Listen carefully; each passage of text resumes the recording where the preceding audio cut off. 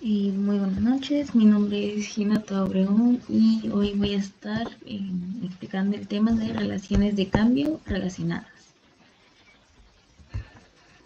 Em, para empezar, ¿qué es una razón de cambio? Una razón de cambio es una medida que describe cómo una cantidad cambia con respecto a otra. En cálculo, esto se calcula usando derivadas. Un ejemplo típico de la razón de cambio es la velocidad, que mide cómo cambia la distancia con respecto al tiempo. Eh, La velocidad es una razón de cambio en la posición con respecto al tiempo.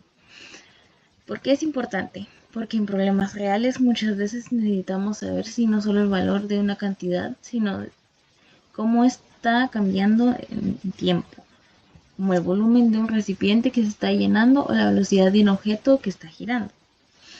Ahora, veamos cómo podemos usar las relaciones de cambio para resolver un problema relacionado con el volumen de un cono y cómo lo podemos utilizar para determinar la velocidad angular.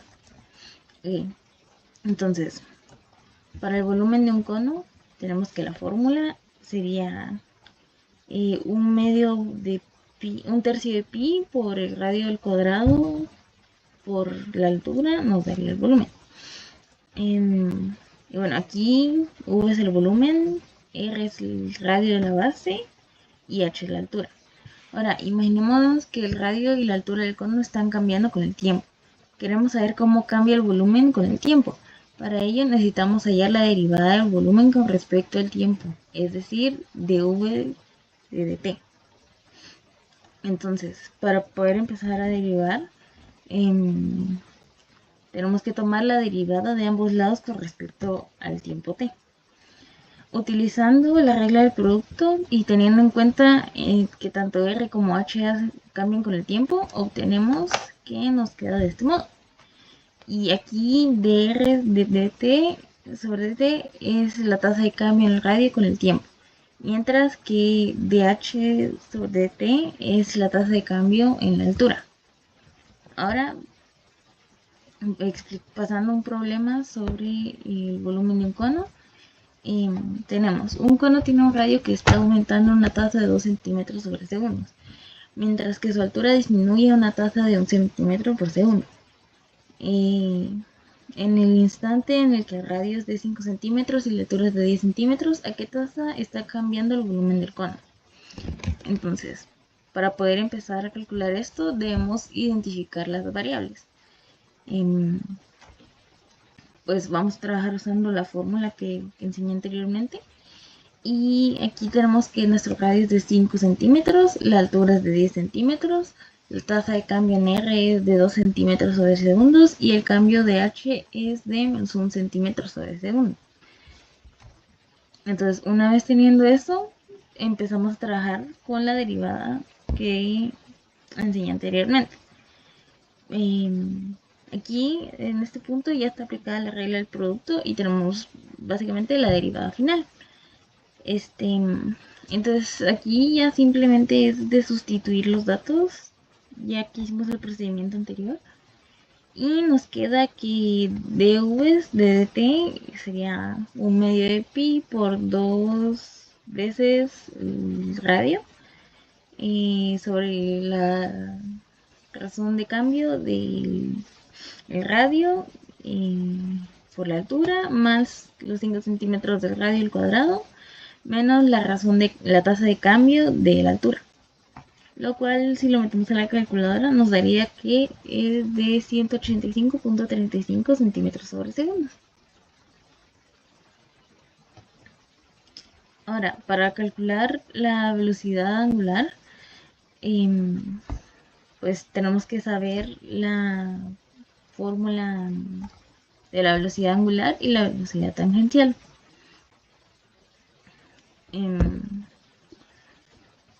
La velocidad angular mide la tasa de cambio del ángulo respecto al tiempo y está relacionada con la velocidad tangencial de un objeto que gira en un círculo de radio. La fórmula son las siguientes. Para la velocidad sería esta de abajo y para la velocidad angular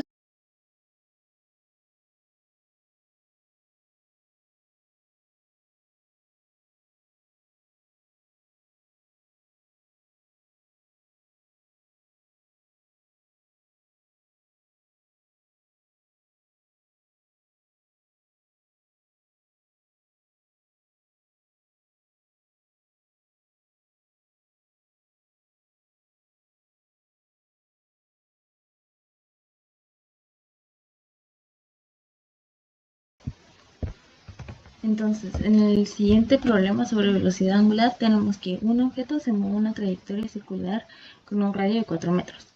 La velocidad angular del objeto está aumentando a una tasa de 0.5 radianes sobre segundos cuadrados. En el instante en el que la velocidad angular es de 2 radianes sobre segundos, ¿a qué tasa está cambiando la velocidad tangencial del objeto? Entonces, para poder empezar a solucionar esto, deberíamos de identificar las variables que tenemos. Entonces tenemos que el radio es de 4 metros, la velocidad angular es de 2 radianes sobre segundos y la tasa de cambio en la velocidad angular es, no, en la tasa de cambio de la velocidad angular, sí, es de 0.5 radianes sobre segundos cuadrados. Entonces, una vez teniendo esto, podemos pasar a la derivada de la velocidad tangencial con respecto al tiempo, la cual nos quedaría de este modo, ya que ponemos la derivada del volumen es igual a el radio por la tasa de cambio en la velocidad angular, que la pondremos también como derivada. Entonces, una vez tenemos esto, simplemente sustituimos por los datos que ya tenemos. El radio sabemos que es de 4 metros y la tasa de cambio de la velocidad angular es de 0.5 radianes sobre segundos al cuadrado. Entonces, una vez sustituimos los datos, pues los metemos a la calculadora, los calculamos como nosotros creamos y nos queda que nuestra la tasa de cambio, la velocidad tangencial es de 2 metros sobre segundos al cuadrado. Bueno, y como conclusión, tenemos que las razones de cambio nos permiten entender cómo varían las cantidades de la función del tiempo en una amplia variedad de situaciones. Hemos visto cómo se aplica para calcular el cambio del volumen con un cono y cómo podemos usarlas para encontrar la velocidad angular de un objeto en movimiento. Pues estos cálculos son esenciales para diferentes ciencias, tanto como la física como la química. Abarca varios campos, utilidad y pues este nos ayuda a comprender el comportamiento dinámico de muchos fenómenos y muchos sistemas y pues es más usado de lo que aparenta porque se usa para calcular miles de cosas y básicamente ha sido de mucha ayuda para el avance de la ciencia. Y eso es todo.